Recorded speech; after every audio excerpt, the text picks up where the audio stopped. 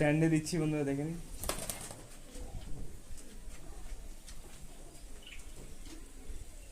এদের একটা আগের বাচ্চা আছে, বাচ্চাটাকে একটুখানি ছেড়ে দেখাও ওখানে। বাচ্চাটা কি সুন্দর কালার হয়েছে দেখুন বন্ধুরা, এই পিয়ারেরই বাচ্চা। বাচ্চাটা সেলের জন্য নেই, বাচ্চাটা আকাশে ওড়ানোর জন্য থাকবে।